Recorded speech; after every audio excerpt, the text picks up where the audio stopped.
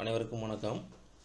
நம்ம இந்த வீடியோவில் என்ன பார்க்க போகிறோம் அப்படின்னா, மொழியில் முதல் எழுத்துக்கள், இறுதி எழுத்துக்கள், இடையில் என்னென்ன வரும். ஒரு சொல் இருக்குன்னா அந்த சொல்லில் வந்து முதல்ல என்னென்ன எழுத்துக்கள் வரலாம், இடையில் என்னென்ன எழுத்துக்கள் வரலாம், இறுதியில் என்னென்ன எழுத்துக்கள் வரலாம் அப்படிங்கிறத பார்க்க போகிறோம். அதை கடந்து சுட்டு எழுத்துக்கள்னா என்ன, வினா எழுத்துக்கள் என்ன அப்படிங்கிறத இந்த வீடியோவில் பார்க்க போகிறோம். வாங்க வீடியோக்குள்ளே போகலாம். ஃபஸ்ட்டு பார்த்தீங்க அப்படின்னா மொழி முதல் எழுத்துக்கள். சரிங்களா? மொழியில் பார்த்தீங்க அப்படின்னா நம்ம சொன்ன மாதிரி ஒரு சொல்லோட முதல்ல வர எழுத்து வந்து மொழி முதல் எழுத்துன்னு சொல்கிறோம். இதை பார்த்திங்கன்னா காமனாக உயிரெழுத்துக்கள் 12 வந்து சொல்லோட முதல்ல வரும். ஓகேங்களா? உயிரெழுத்துக்கள் 12 இருக்கு இல்லையா, உயிரெழுத்துக்கள் 12 சொல்லோட முதல்ல வரும்.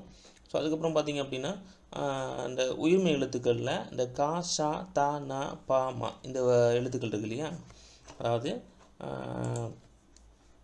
இந்த கா, சா, தா, நா, பா, மா, சரிங்களா, இந்த வரிசைகளில் உள்ள எல்லா உயிர்மை எழுத்துக்களும் வந்து சொல்லோட முதல்ல வரும். ஓகேங்களா? அதுக்கப்புறம் பார்த்திங்க அப்படின்னா ஞா, ஞா, யா, வா இந்த வரிசையில் இருக்கக்கூடிய எழுத்துக்களில் ஒரு சில எழுத்துக்கள் மட்டும்தான் வந்து சொல்லோட முதல்ல வரும்.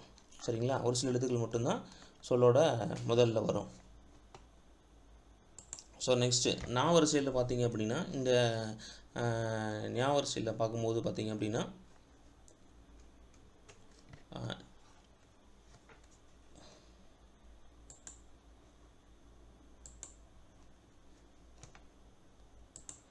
இந்த நா வரிசையில் பார்த்திங்க அப்படின்னா 4 எழுத்துக்கள் வந்து சொல்லோட முதல்ல வரும். நா, ஞா, ஞே, ஞோ. இந்த 4 எழுத்துல வந்து சொல்லோட முதல்ல வரும். அதுக்கப்புறம் பார்த்திங்க அப்படின்னா யா வரிசையில் 6 எழுத்து வரும். ஓகேங்களா? 6 எழுத்து, இந்த 6 எழுத்தும் வந்து யா வரிசையில் வரும். வா வரிசையில் 8 எழுத்து வரும். ஓகேங்களா?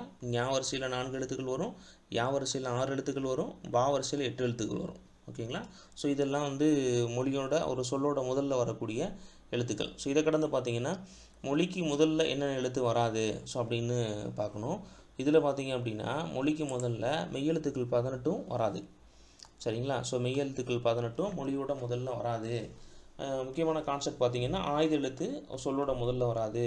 இந்த ஆயுத எழுத்தை பொறுத்த மட்டும், அதாவது வந்து அகேனம், உப்பார்பொழின்னு சொல்கிறோம் இல்லையா, இதை பொறுத்த வரைக்கும் முதல் எழுத்துலேயும் அதாவது சொல்லோட முதல்லையும் வராது, சொல்லோட கடைசிலையும் வராது. முதல்லையும் வராது, கடைசிலையும் வராது. இது எங்கே வரும் அப்படின்னா இடையில் மட்டும்தான் வரும். இது நம்ம அளபட வரும்போது பார்ப்போம். சரிங்களா? சொல்லோட இடையில் மட்டும்தான் இந்த ஆயுத எழுத்து வரும். ஓகேங்களா? சரி, இப்போ வாங்க இந்த டகர, நகர, ரகர, லகர, லகர, லகரம் இருக்கு இல்லையா, இந்த வந்து ரகர நகரத்தோட இந்த 8 உயிர்மை எழுத்துக்களில் வரிசையில் பார்த்திங்கன்னா ஒரு எழுத்து கூட சொல்லோட முதல்ல வராது. ஓகேங்களா? இதெல்லாம் இலக்கணம், நீங்கள் கான்செப்ட் தெரிஞ்சுக்கணும். அதுக்கப்புறம் பார்த்திங்க அப்படின்னா இந்த ஞான், நா, யா, வா இந்த உயிர்மை எழுத்து இருக்கு இல்லையா, இதுவும் வந்து வராது. சரிங்களா? அதாவது எப்படின்னா இந்த வரிசையில் ஒரு குறிப்பிட்ட எழுத்துக்கள் தவிர மற்ற எழுத்துக்கள் எதுவுமே வராது. சரிங்களா? நெக்ஸ்ட்டு பார்த்திங்க அப்படின்னா மொழியோட இறுதி எழுத்து. சரிங்களா? ஒரு சொல் இருக்குன்னா ஒரு சொல்லோட இறுதியில் என்னென்ன எழுத்துக்கள் வருது அப்படிங்கிறத நம்ம பார்க்க போகிறோம். இதில் பார்த்திங்கன்னா சொல்லோட இறுதியில் பொறுத்த வரைக்கும் உயிரெழுத்து 12, சரிங்களா, மெய்யெழுத்தும் அதாவது மெய்யோட இணைந்து உயிர்மையாக மட்டுமா வந்து மொழியோட இறுதியில் வரும். சரிங்களா? மொழியோட இறுதியில் வரும். இது இந்த உரின், வெரின், அவ் அப்படின்னு சொல்லுவாங்க. உரின், வெரின், அவ் அப்படின்னு சொல்லுவாங்க. இந்த மெய்யெழுத்துக்கள் 11 மொழியோட இறுதியில் வரும் அப்படின்னு சொல்லிட்டு சொல்லுவாங்க. இதில் இப்போ வந்து என்னென்ன எழுத்து வரும்னு பார்த்துட்டோம், என்னென்ன எழுத்து வராது அப்படிங்கிற விஷயத்தை நம்ம தெரிஞ்சுக்கணும். இது ரொம்ப முக்கியம். மொழியோட இறுதியில் பார்த்திங்கன்னா ஒரு சொல் இருக்குது அப்படின்னா சொல்லோட இறுதியில் உயிரெழுத்து தனிச்சா வராது. சரிங்களா? உயிரெழுத்து எதுவுமே தனியாக வராது. மாறா பார்த்திங்கன்னா உயிரெழுத்துக்கள் வந்து மெய்யெழுத்துக்களோட சேர்ந்து உயிர்மையாக மட்டும்தான் சொல்லோட இறுதியில் வரும். சரிங்களா? அளபட வேறு கான்செப்ட். அளபட இடத்துல வந்து இடம்பெறும் போது வந்து இறுதியில் வரும், அது வந்து வேறு கான்செப்ட். இது எக்ஸம்ஷன். ஓகேங்களா? சரி, ஓகே. நம்ம முன்னுமே சொன்ன மாதிரி ஆயுத எழுத்து அதே மாதிரி சொல்லோட இறுதியில் வராது. சரிங்களா? இந்த மெய்யெழுத்துக்கள் இக்கு, இங்கி, இச்சு, இட்டு, இத்து, இப்பு இருக்கு இல்லையா, ஆகிய 7 மெய்யெழுத்துக்களும் சொல்லோட இறுதியில் வராது. அதே மாதிரி இந்த உயிர்மை எழுத்தில் ஞா வரிசையில் வர்றது எதுவுமே வந்து சொல்லோட இறுதியில் வராது. நீங்கள் சொல்லி பார்த்தீங்கன்னா தெரியும், அந்த சொல்ல பார்க்கும்போதே நம்ம கண்டுபிடிச்சிடலாம். அதே மாதிரி எகர வரிசையிலையும் ஒகர வரிசை இதிலெல்லாம் பார்த்திங்கன்னா ஒரு குறிப்பிட்ட எழுத்துக்கள் வந்து சொல்லோட இறுதியில் வராது. சரி, ஓகே. அப்போ சொல்லோட இடையில் என்ன எழுத்து வரும் அப்படின்னு பார்த்தீங்கன்னா, ஒரு சொல் இருக்குன்னா சொல்லோட இடையில் மெய்யெழுத்துக்கள் 18 இருக்கு இல்லையா? ஸோ மெய்யெழுத்துக்கள் 18ம் சொல்லோட இடையில் கண்டிப்பாக வரும். மெய்யெழுத்துக்கள் 18ம் சொல்லோட இடையில் வரும். சரிங்களா? நம்ம ஏற்கனவே சொல்லியிருக்கோம். இது மட்டும் இல்லாமல் ஆயுத எழுத்து வந்து சொல்லோட இடையில் மட்டும்தான் வரும். சரிங்களா? அதே மாதிரி உயிர்மெய் எழுத்துக்களும் சொல்லோட இடையில் வரும். தெரிஞ்சு வச்சுக்கணும். ஓகேங்களா? சரி, இப்போ பார்த்துட்டோம். ஸோ நெக்ஸ்ட்டு என்ன அப்படின்னா சுட்டு எழுத்துக்கள், வினா எழுத்துக்கள். ஸோ அடுத்ததை பொறுத்த வரைக்கும் சுட்டு எழுத்துக்கள், வினா எழுத்துக்கள். இப்போ சுட்டு எழுத்துக்கள்னால் என்ன, வினா எழுத்துக்கள்னால் என்ன? சுட்டு எழுத்துக்கள்னால் ஒன்றும் இல்லை, அந்த பேர்லேயே இருக்குது. சுட்டு அப்படிங்கிறது ஒருத்தரை வந்து சுட்டி காட்டுறதுக்கு பயன்படுத்தக்கூடிய அந்த சொல், அந்த எழுத்து. சரிங்களா? ஒருத்தரை சுட்டி காட்டுறதுக்கு பயன்படுத்தக்கூடிய எழுத்து. ஸோ இது என்னென்ன எழுத்து இருக்கும் அப்படின்னா, பொதுவாக சுட்டெழுத்து 3 வகைப்படும். சரிங்களா? ஆ, சரிங்களா, ஆ, இ, உ. சரிங்களா? 3 வந்து சுட்டெழுத்து அப்படின்னு சொல்லிட்டு சொல்கிறோம். ஸோ இதை பொறுத்த மட்டும் நம்ம ஆ, உ அதிகமாக பயன்படுத்துவோம்.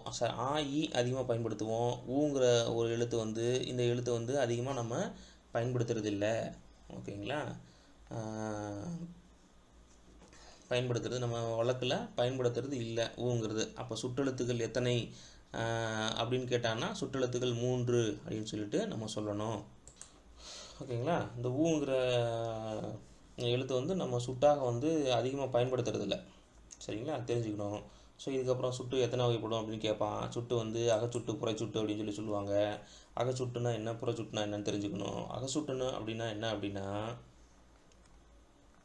இந்த சுட்டெழுத்துக்கள் இருக்கு இல்லையா, இந்த ஆ, ஈங்கிற சுட்டெழுத்துக்கள் இருக்கு இல்லையா, இந்த சுட்டெழுத்துக்கள் பார்த்தீங்க அப்படின்னா ஒரு சொல்லுக்கு உள்ளே இருந்து, ஒரு சொல்லுக்கு உள்ளே, அதாவது அகத்தே இருந்து அந்த பொருளை கொடுத்ததுன்னா அது அகச்சுட்டு, வெளியிலேருந்து கொடுத்ததுன்னா அது புறச்சுட்டு. ஸோ இதுக்கு என்ன கான்செப்ட் சார் அப்படின்னா, அகச்சுட்டாக இருந்தது அப்படின்னா அந்த எழுத்தை நீக்கிட்டீங்க, அந்த சொல்லுலேருந்து நீக்கிட்டிங்கன்னா எந்த பொருளும் கொடுக்காது.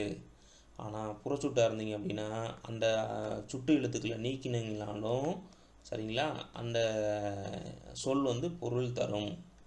இதுதான் அகச்சுட்டு, புறச்சுட்டு. ஓகே. ஸோ நெக்ஸ்ட் வேறு என்ன இருக்குது, வேறு என்ன பார்த்தீங்கன்னா அண்மை சுட்டு, செய்மை சுட்டுன்னு சொல்லுவோம். இதே மாதிரி தான் அந்த நம்ம எப்படி அகச்சுட்டு, புறச்சுட்டு சொன்னோமோ அதே மாதிரி தான் அண்மை சுட்டு, செய்மை சுட்டு. அண்மைனா அருகில், செய்மைனா தொலைவில். இப்போ அண்மை அப்படின்னா அருகில் இருக்கிற விஷயங்கள் என்ன அப்படின்னா, இந்த அருகில் அந்த அந்த எழுத்துக்கள் இருக்கு இல்லையா, ஸோ அந்த எழுத்துக்கள் வந்து நம்ம அருகில் இருக்கிறத சுட்டுறது வந்து அண்மை சுட்டு அப்படின்னு சொல்கிறோம். அண்மை சுட்டுக்குரிய எழுத்து வந்து இ. சரிங்களா? இந்த அண்மை சுட்டுக்குரிய எழுத்து வந்து இ. இது கான்செப்ட்டு. அதே மாதிரி செய்மை சுட்டுக்கு உரிய எழுத்து வந்து ஆ. ஓகேங்களா? ஆ.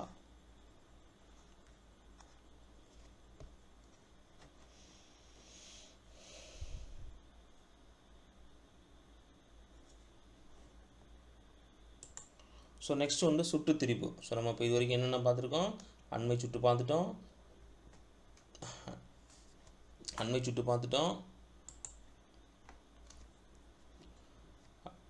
ஓகேங்களா? ஃபஸ்ட்டு என்னென்ன சுட்டு பார்த்துருக்கோம், நம்ம வந்து அண்மை சுட்டு, செய்மை சுட்டு பார்த்துருக்கோம் இல்லையா. அப்புறம் வேறு என்ன பார்த்துருக்கோம், வேறு அகச்சுட்டு, புறச்சுட்டு பார்த்துருக்கோம். அகச்சுட்டு, புறச்சுட்டு பார்த்துருக்கோம். அகச்சுட்டு, புறச்சுட்டு அது பார்த்துருக்கோம். ஓகேங்களா? ஸோ இப்போ 4வதாக இருக்குது, 5வதாக இருக்கிறது வந்து சுட்டு திரிப்பு. சுட்டு திரிப்பு என்ன அப்படின்னா, இந்த ஆயி இந்த சுட்டெழுத்துக்கள் வந்து திரிஞ்சிரும், அதாவது மாற்றம் பெற்றோம். ஒரு உதாரணத்துக்கு வந்து ஆயிங்கிறது வந்து இப்போ அம்மரம் அப்படின்னு சொல்கிற விஷயத்த வந்து நம்ம அந்த மரம் அப்படின்னு சொல்கிறோம். இவ்வீடு அப்படிங்கிறத இந்த வீடு அப்படின்னு சொல்கிறோம். ஸோ அந்த எந்தன்னு சொல்லிட்டு இது வந்து பேச்சு வழக்கில் மாறிடும். இந்த பொருளை இந்த எழுத்துக்கள் வந்து திரிஞ்சு பொருளை தரது வந்து சுட்டு திரிப்பு அப்படின்னு சொல்கிறாங்க. சரிங்களா? இது எக்ஸாம்பிள் கேள்வி கேட்பான். அம்மரமானது அந்த மரம் என குறிப்பிடுவது என்ன வகையான சுட்டு அப்படின்னு கேட்பான். சரிங்களா? அவன் அண்மை சுட்டு, செய்மை சுட்டு, அகச்சுட்டு, புறச்சுட்டு, சுட்டு திரிவு அப்படின்னு கொடுத்துருவான். ஓகேங்களா? சுட்டு திரிவு அப்படின்னு சொல்லிட்டு நம்ம அடிக்கணும். ஸோ அடுத்து வந்து வினா எழுத்து. சரிங்களா, அடுத்து என்ன அப்படின்னா வினா எழுத்துக்கள். வினா எழுத்துக்கள் எத்தனைன்னு கேட்பான். சுட்டெழுத்துக்கள் நம்ம 3ன்னு சொல்லிட்டோம். சரிங்களா, 3ன்னு சொல்லிட்டோம். அது என்னென்ன? ஆ, இ, உ. ஓகேவா. ஸோ அடுத்து இருக்கிறது வினா எழுத்துக்கள். வினா எழுத்துக்கள் வந்து 5 வகைப்படும். 5 எழுத்துக்கள் வந்து வினா எழுத்துக்கள் இருக்குது. அது என்னென்ன அப்படின்னா ஃபஸ்ட்டு உயிரெழுத்தல்ல ஆ. சரிங்களா, ஆ, ஏ, ஏ, ஓகேங்களா, ஓ. ஸோ இதில் வந்து யா. ஓகேங்களா, மொத்தம் 5 எழுத்துக்கள். இந்த 5 எழுத்துக்களும் வந்து வினா எழுத்துக்கள் அப்படின்னு சொல்கிறானுங்க. ஸோ இது முதல்ல என்னென்ன வரும் அப்படின்னா யா, யா. இது ரெண்டும் வந்து முதல்ல வரும். ஒரு சொல்லோட முதல்ல வரும். மொழியோட இறுதியில் வர்றது ஆ, ஓ. இது வந்து இறுதியில் வரும். மொழி முதலிலும் இறுதியிலும் வர்றது ரெண்டுமே வர்றது வந்து ஏ. சரிங்களா, இதுதான் சொல்கிறாங்க. இது அகவினா புறவினா அப்படின்னு சொல்லுவாங்க. ஸோ இது ஆல்ரெடி நம்ம டிஸ்கஸ் பண்ணது தான். அகவினா புறவினா. அகவினா அகத்தே இருந்து பொருள் கொடுத்தா அகவினா, புறத்தே இருந்து கொடுத்தா புறவினா. நம்ம சுற்றுல சொன்ன மாதிரியே அந்த எழுத்தை நீக்கிட்டோம் அப்படின்னா பொருள் தராது. சரிங்களா, இதில் வந்து பொருள் கொடுக்கும். ஸோ இவ்வளோ தான் கான்செப்ட்டு. ஓகேங்களா. ஸோ இந்த வீடியோவில் நம்ம மொழியோட முதல்ல இறுதியில் என்னென்ன எழுத்துக்கள் வரும், இடையில் என்னென்ன எழுத்துக்கள் வரும், என்னென்ன எழுத்துக்கள் வராது, முதல் இடையில் கடையில் என்னென்ன எழுத்துக்கள் வராதுன்னு பார்த்துருக்கோம். அப்புறம் சுட்டு எழுத்துக்கள் பார்த்துருக்கோம், என்ன எழுத்துக்கள் பார்த்துருக்கோம். ஓகேங்களா. இந்த வீடியோ பிடிச்சிருந்தால் லைக் பண்ணுங்கள், உங்கள் ஃப்ரெண்ட்ஸுக்கு ஷேர் பண்ணுங்கள். தேங்க்யூ.